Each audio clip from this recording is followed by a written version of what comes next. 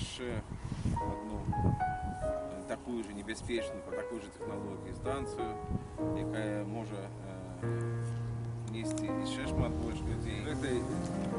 Цей день не тільки день пам'яті тих, хто загинув, але і день протесту супроти тих, хто не дає Білорусі жити незалежно, не дає Білорусі